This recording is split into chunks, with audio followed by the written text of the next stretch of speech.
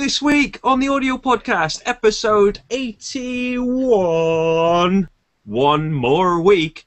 Scott and Sam are here. They talk the end of the world. Will it happen before a Logic update? Find out this week on the audio podcast.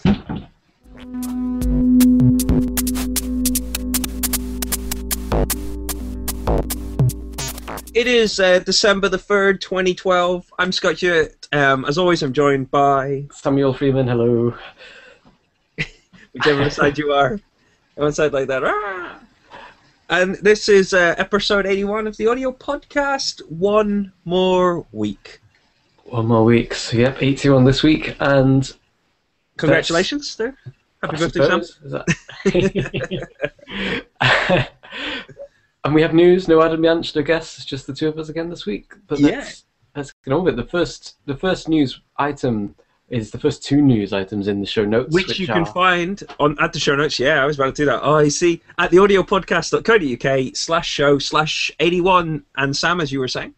As I was saying, see, Adam usually does that bit, and Adam suggested the story, or at least one half of the story, which had already been posted and has been jigged around. So the story is kind of hinged around Mac rumors, I suppose, but somebody somewhere emailed Apple saying, what's going on with your Pro Audio? We're all worried that you're going to drop us. And there's been an official response, sort of, like in private correspondence, I think, from Xander. What's this? I don't know.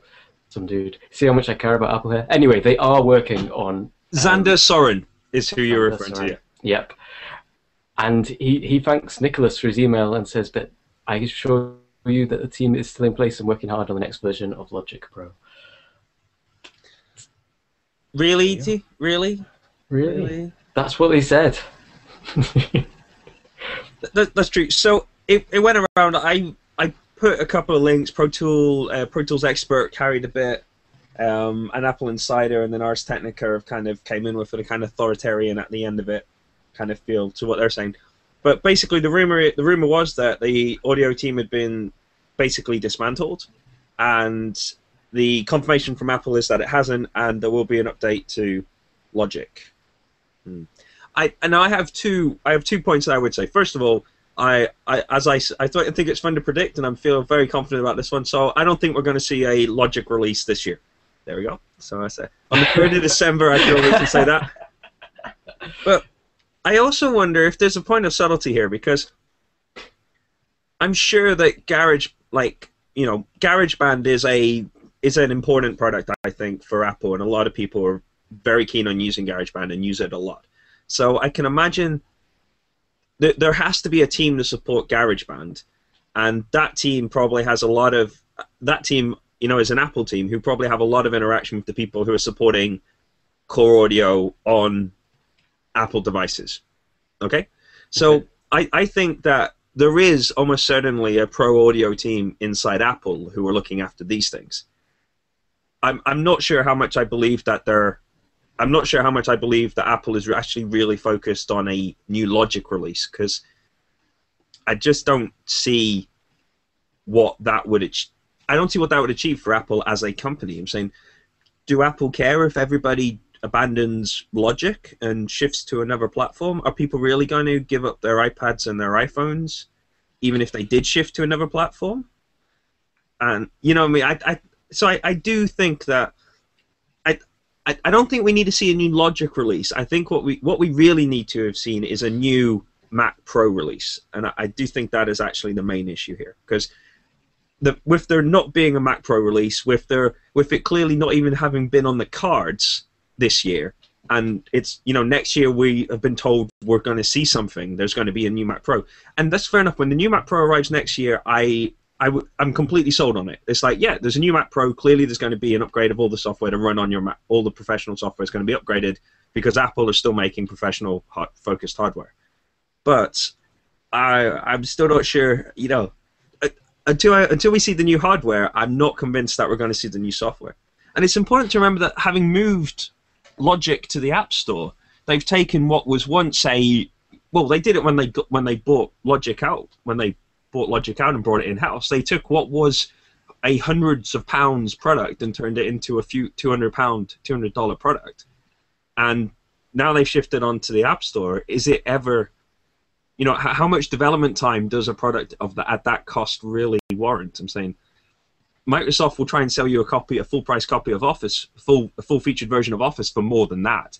So is it really that important to Apple anymore? I don't know. I'm not a fan of Logic. I think a lot of people know I'm not a big fan of Logic. So, you know, if Logic died, fine. That's not really going to impact my day. But I don't know. It's saying they're not going to come out and say, "Oh yeah, we've killed Logic." By the way, I'm saying, "Oh, they're just not going to do that." But I don't know. You talked for a long time, then around the middle I had things to say, but by the end I had no response. I'm sorry. That's I okay. I just had a little mini rant. There we go. Shall we move on? Unless you have something you want to add, feel free to add. Go for it. No, not particularly. So there we go. I had some things in the vein of predictions, but I'm going to save them because that's always dodgy. Fair. So, oh, you're coward. You're coward. Well, so the facts of the situation are fairly certain that the last Logic Pro release was in 2009, and while there's been minor updates since, there hasn't been a major update since then. Everybody else has obviously pushed a major update since then. And as far as the formal situation, so if you want your factual news hit, Apple have announced that they are committed to the ongoing of Logic. There we go. On the next version they are working. Cool. Okay. Sound library time. This is from Hiss and Roar, and they have their own little pun made that there's plenty of hiss in this one because it's a white water ambience. So this is audio from waterfalls and rapids and streams and rivers and things like that. And yeah, and as usual, there is little video clips of microphones in place recording such things. Awesome, that's cool, and it's always nice to get some, some white water. Always useful. Yeah, that's kind of cool. Continuing, heading away from the white water. I don't have a good one here actually. If Santa was on a raft rather than a sleigh, we might use these sound effects to bring the Propel Ahead holiday countdown to one and all. Yep, Reason has a rack for all kinds of things apparently. So starting a couple of days ago on the 1st of December, they had Reason has a rack for mixing. Yesterday they had drums, and today they have bass. And they are giving stuff away each day. I think all you have to do is tweet the webpage or share it on Facebook or something. I think it's fairly low. Cool. Very easy to do, or am I thinking of something different now? Each day we... No, that seems about right. Something like that. Follow us for a chance to win great prizes and learn more about music making in the process. Happy holidays! Yep. So they're giving away things, and they're also promoting things like racks and rack extensions, and they have some little videos each day as well relating to their theme. Now, yeah. Are they gonna? How many are they going to be doing? I guess 25 of these, 24 of these. Yes, they've done mixing, it's one lucky winner, bass. And it's one lucky winner as well. I misunderstood. I thought this was like a kind of ongoing set of freebies, but if you tweet it out, then one person will win. One person per day. One person per day. Yes, that's right. Yeah. Yes. So. And they announced that via Twitter. It was the announcement of somebody winning yesterday that brought my attention to it on Twitter. We'll get to that later, I'm sure. Good stuff for Propel Ahead. I like it. So it's always nice for this. How about a point of discussion, though? I don't know if we want to discuss it or if we just want to mention it, perhaps. But via Audio Geekzine, KVR Audio have an article arguing that we still need professional studios. Now, I kind of put the title as big studios. In fact, they were talking about professional studios, but you'll notice that all of the professional studios are actually big studios. They're not, I don't know if we wanted to comment on that or not, but it's an interesting article. They have 10 points that they argue. You kind of agree with them all, and then, well, I agreed with them all, and then was still kind of thinking, but are we really going to cling? Are they really going to cling on? I don't know. Maybe we can tie this back in later with other things, actually. But yeah, we'll just leave that. I haven't read the thing, so other than scanning through it now. Ah, as so much. But I think that, yeah, the changing face of music making in general comes back up later in the show. Native Instruments have announced Reactor 5.8. In Good for your them. face, Logic users. I don't know if Reactor and Logic are really comparable, but No, but I just couldn't resist it. I'm sorry. Couldn't resist it. Um, version 5.8 of Reactor has a lot more built-in OSC support inside it. It's a free update for all version 5 users.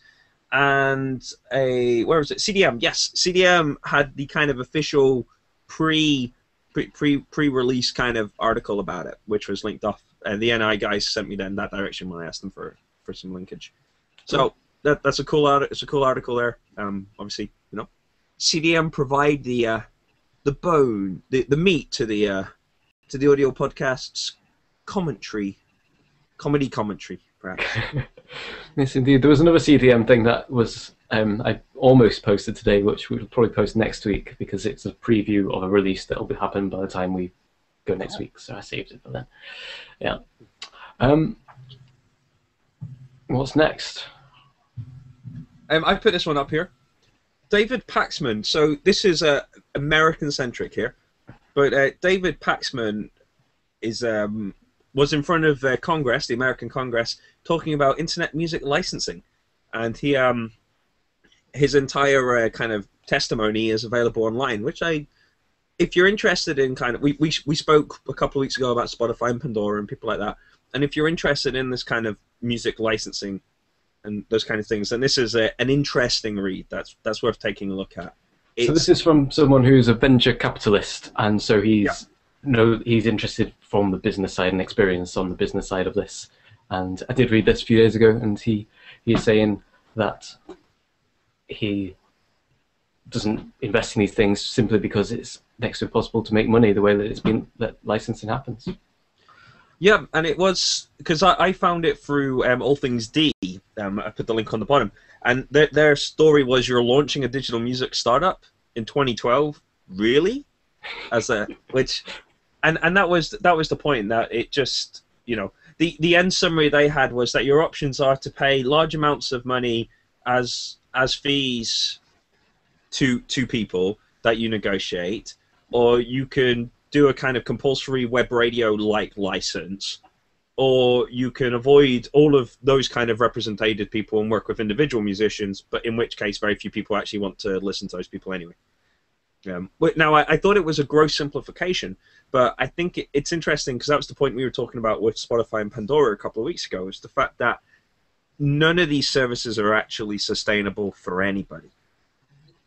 Like, like Spotify and Pandora don't appear to be profitable.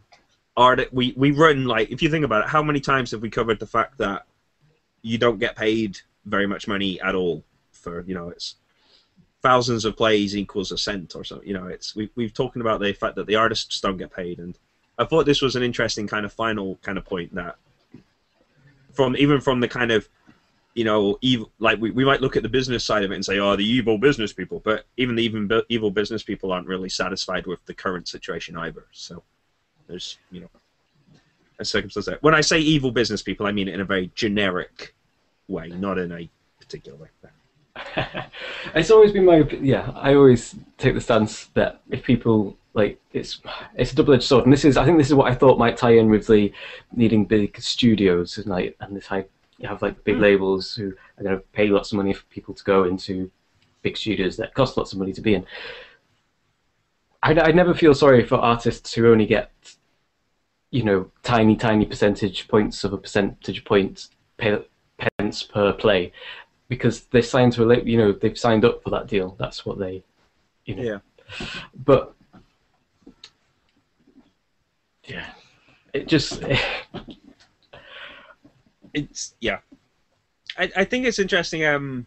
I guess it's a relevant issue at the moment, isn't it? Because there's a lot of people talking about online, like the effect that online business and online activities are having on the real world sort of thing. And it's like, the accusations are nearly constant that Google is killing the newspapers and not contributing anything to news reporting, and all these kind of issues are sort of ongoing, and it is a challenging. It is challenging because I think the internet's definitely removed the obstacles of distribution and chance of exposure, shall we say. It's kind of replaced those with a new set of problems, and those new problems haven't been resolved, which makes sense because we had what 60 years of the previous version of the music business, and after 60 years they'd worked out how to make that profitable and how to operate like that, and that's coming to an end now, and it's time to work out what the next version of it is. And I guess that's just how. Was it on this show that perhaps last week or recently there was like a quote or a statistic about the? Oh no, it was on something else. I think a long time ago we plundered the press pause play video. Yeah. But that's only available as a torrent, which I don't have access to. But I saw it on Netflix or something recently, and in there they say that the music industry, as we know it, like there was the idea of music industry as something that's a very modern concept. There was no industry of music before. There was just music. Although I kind of question that a little bit because you've always had publishers, well, not always, but for a long time you've had publishers of scores and things. So. Music changes, creation changes, the way that we do things as a society and species changes. Definitely so. Definitely. Cool. Shall we go on to a technology that changed everything many moons ago? And yet hasn't changed itself, but it has a bit, Yeah, this is the age-old MIDI. Is MIDI age-old now? Is that allowed? Am I allowed to say that? Yeah, I think so. That's fine. You can. And here the BBC are reporting how MIDI changed the world. Now, it should be noted that the BBC kind of got it wrong here a little bit. Yeah, it's a terribly written article. I didn't want to say that, but yes. So it should be noted that the first ever demonstration of something that was called MIDI happened 30 years ago, but in fact the actual launch and formal release of MIDI and the first formal complete full specification demo happens next year. So next year is the 30th anniversary of MIDI, not this year. But anyway. Also, musical instrument like synthesizers and things that they mentioned in the first few paragraphs could talk to each other prior to MIDI, but it was always manufacturer specific, whereas MIDI was the first time that it was a cross-manufacturer thing. Yeah.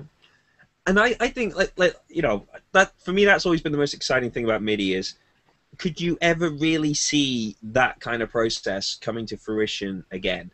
The fact that you would have manufacturers with things who would then work out how to make those things talk to each other.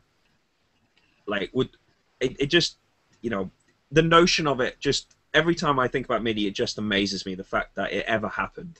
And I just wonder if that kind of thing could ever happen again. Like, is the longevity of MIDI more of a testimony to the fact that nobody will work with each other in that kind of way anymore?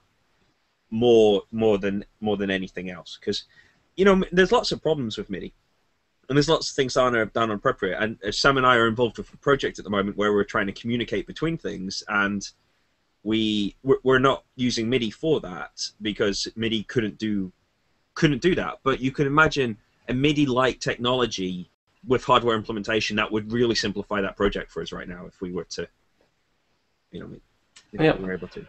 I mean, yeah. Because there's been things, hasn't there, like MLAN. If you think back to Yamaha MLAN, that was meant to be, that was described as audio and MIDI, but was actually a standard which would allow you to plug a cable from one device to another device, and it would actually automatically pass audio and MIDI between the two locations.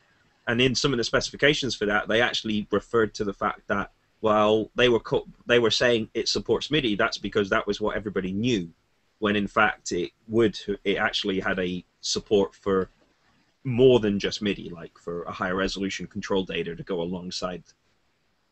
into the cable as well. So I don't know. There's a name in this article that's I've not come across before though. They seem to credit MIDI as a thing to one person. So Dave Smith, whoever that is. The way that this is written towards the end, not that I should give it any faith at the end compared to the beginning, but they make out that Dave Smith masterminded the birth of MIDI. Just on a historical note, that's something that I've never come across before. I think, did we not talk about MIDI a couple of weeks ago? Yeah, well, we talk about it quite often. No, but I think I'm not going to go looking for it, but Okay. I think Dave Smith was part of a team, part of a partnership actually of two people who did it. Okay. And I'm not sure it was just his work. I think he was the. I'm fairly certain if you look back in our show notes that we have another article talking about MIDI, because there's been lots of over this year there's been lots of kind of historical, the appropriate 30th anniversary of the beginnings of the project that became MIDI, and the first time that these two random instruments spoke to each other in any way, kind of events. And I think we've noticed them all. So I feel it'd be. But it was the Consumer Electronics Show, if I remember correctly, and so it's probably late January or something like that. Yeah, it's about there. He says. That, however, does take us nicely on into the first part of our other section. The other section, yes. Speaking of January there. We're in December now, as we have mentioned, and that means that the holiday season is approaching, as they say. We're going to do one more, aren't we? We've agreed we're going to do one more The Audio podcast, which will be next week. That'll be show 82, and then that's one more planned live broadcast anyway. Yes. We reserve the right for something else to appear before the new year, before January, but we are not committing to it because we don't want to disappoint, and yes. Yeah. Yes. So there we go. So there will be only one more tap to Christmas. There you go. And it'll be next Monday, so that does mean it will be the Christmas Special Spectacular. Whatever that means. And to get us into the move and bring us into today's Twitter feature in the other section, 10 minutes ago, Yamaha Entertainment tweeted that they're dreaming of a white Christmas and some other stuff. I don't know what they're talking about, but I'll retweet it anyway. Fantastic. I just realised my tweet deck had crashed, so I couldn't see any tweets at all there. Okay. Go again, Sam, go again. 12 minutes ago, Cycling74 said that Max 6 projects help you organise your work and make sharing easier. They have a video that tells you how. Retweet. That is awesome. Have you retweeted that? Just now, just then, in a second. That's how this feature works, isn't it? We read things and that's retweet. Exactly it. Just checking. Yeah, that is exactly how it works. I'm just quickly flicking through here. Oh. The New York Ableton Advanced Users Meetup will stream live Thursday, December the 6th at 7 p.m. their time. Oh, here's one I almost put into the show notes actually. But Sugar Bytes have released Trans VST, which is a VST to AAX transfer, which is kind of cool. I thought that was pretty cool. Yeah, that actually should have. Had it not been for the fact that the show was full of stuff, that would have made it. Yeah. Can we have a non-audio related one, which is why not? Go for internally related? Wired have posted, "Hey, Curiosity, what did you find on Mars?" with a link. I don't know what they found on Mars, but maybe if I follow that link later, I'll find out. Yeah. There you go. Ars Technica, I've just retweeted it, but Apple shoots down the rumor about the Pro Audio Team decimation. That's what we talked about at the top of the show. Music Messer, just a wow. I don't know what they're talking about either. Wow. Use up to 16 audio cubes with your Ableton Live setup. That's a Percussor. Big network of audio cubes. That's pretty cool to control your live gig. Yeah, I like that. I like those audio cubes. They're awesome. Adam Yanch asks if we are at This Week in Twitter. That is a great use of the feature. Excellent. Well done, Adam. Thank you very much. I will reply back to him. Yes, and you made it on. Don't forget to retweet on that. Oh, yes, I will retweet it. That's fantastic. There we go. Don't forget, if you want to invade the audio podcast, then that is your opportunity. Just there, just. If you mention us, we will respond back to it. Adam replies back, "Awesome, nice work." I lost it. I saw a good one, or at least I thought it was a good one. Then I scrolled a little bit further, and now where is it? I like this feature. I like the chaos of it. This is kind of this reminds me of early audio podcast days where we just used to scramble for things and just talk about it, and we weren't so polished. Here we go. This is the one that caught my eye. Pure Mix are saying here is our Pro Tools shortcut best of video, free on YouTube. I don't know what that means, but it's Pro Tools shortcuts video. I don't know. Might be interesting. I like shortcuts, and then Pro Tools is down in my head as something that has lots of good shortcuts. I don't know them. I know that they're there. Cool. Cycling 74, some rewritten MSP tutorials, and some Max for Live programming series on their wiki. That's cool. That's a little bit annoying for me actually, because I've just finished preparing a set of lecture notes based off the old ones, so that's nice. Yay! Sugarbyte. So you said that. Going through. Yeah. It's getting slower now. Oh, the Max wiki's new.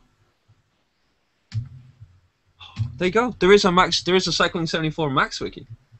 That's kind of cool. Okay. There we go. That's a newbie. That will make next week's show notes, I'm sure. But you know, such as it is.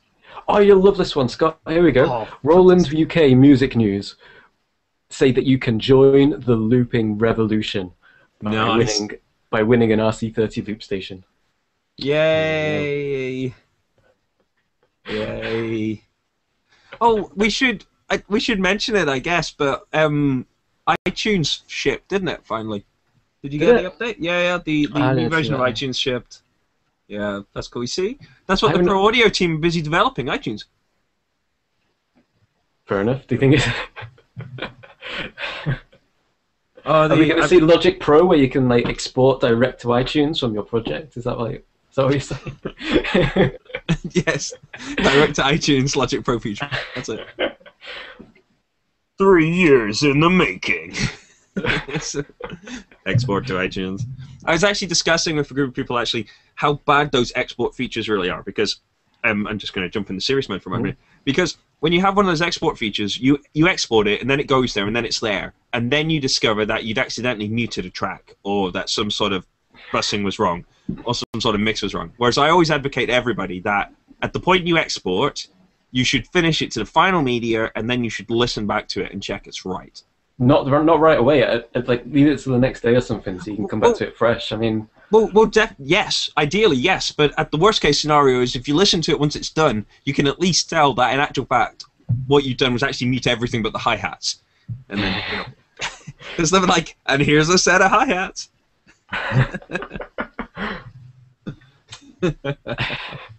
Anyway, well, this isn't planned, but I'm just going to mention. But when we get back in the new year, we are planning on expanding the This Week in Twitter section.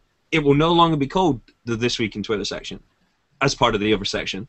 It will be called something else, and we're planning on reaching our tentacles out into some other more focused places. Yeah. Sweet. Nice teaser there. There we go. Oh, a little teaser. Are we done with Twitter then? Are we done with Twitter? I've got back to 12 hours ago. Yeah, we're done with Twitter. Cool. Shall we hit? Well, we got loads of Plunder. Yeah. One of them's even on topic. No way. 2 of them are on topic. 2 of them, sorry.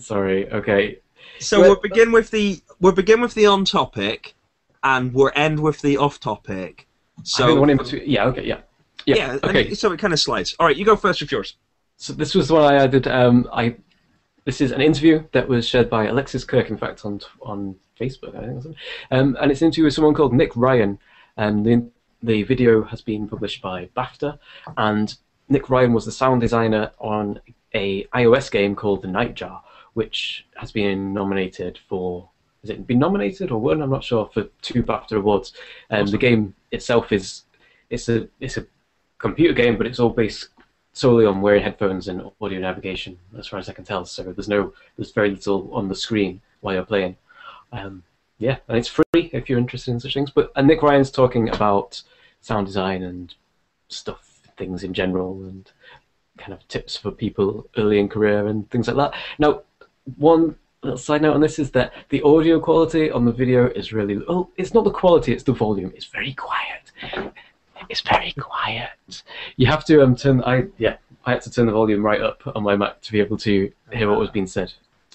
So, yeah. Fair enough, fair enough. I did not have headphones on at this time. It was, but yeah. Anyway, there we go. Awesome Some stuff. Plundered video interview on topic. So That's cool.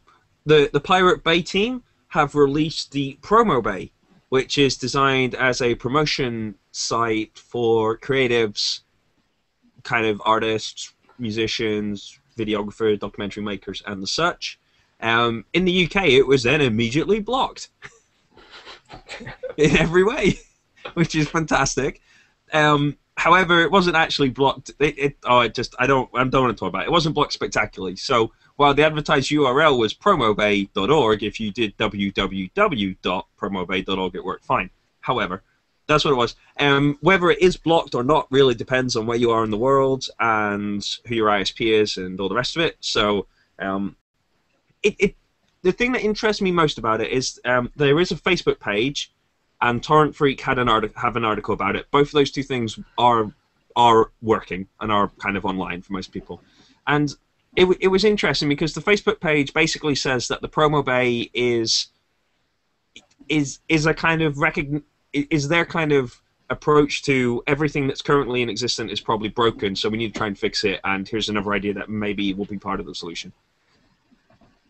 Say what you will about the Pirate Bay and all the rest of it, I have a lot of, I think there's a lot of negativity there. I don't think we should steal people's creativity.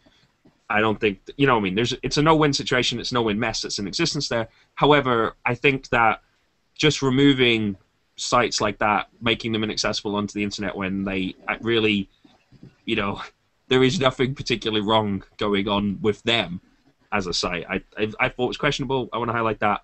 That's me done. There you go. So it's a cool piece of plunder that you can't actually visit, probably. Well, you can. If you do W's, if you just put promobay.org, then you get your... I guess the ISP you're using has received an order from the courts to prevent us, blah, blah. Anyway, but if you put W's, you get the thing. And, yeah, what they're saying is they're promoting stuff that's... I think they're just using the fact that they are famous and that lots of people go to their websites in order to promote stuff that people want promoting. So you can submit your own creative outlets, whether it's video, audio, or what, and they will, as far as I can tell, randomly select ones to actually promote. Fantastic. So while as a UK taxpayer you may be disappointed that the UK government are expending resources in this way, I'm sure as if you were an American taxpayer, you would be overjoyed to discover that NASA actually had a question and answer session about whether the world is going to make it to 2013. I can announce that according to NASA, they expect the world to make it to 2013, which means there will be the audio podcast episode 83. And that's the last piece of plunder. It's full of useful links, such as why you need not fear a supernova. And a link, and adjacent to that is a link to about supervolcanoes, but that one's not called why you do not need to fear them, just about them. Okay. They have links to more information about polar shifts and how we're not likely to see one for a few millennia. And even if that one did happen, it wouldn't actually matter that much. Yes. Help. Planetary alignments. There was a major one in 1962, another one in 1982, and another one in 2000, but there's not actually any kind of major alignment according to NASA this year. And we cleared all of them okay anyway. Yes. So I thought you would enjoy that, and I did enjoy that. From the emails that we get from the remarks that we get from listeners, I suspect that the majority of our listening audience and browsing audience will enjoy that as a plunder item. So I thought it made the editorial cut, so hence it made it. There we go.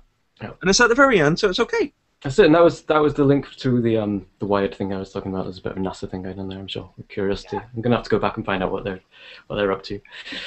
That's cool. So this has been the Audio Podcast, episode 81. The show notes at theaudiopodcast.co.uk/show/81. Don't forget, if you want to, email us, Twitter us, Facebook us, Google Plus us, all of that, you're more than welcome to.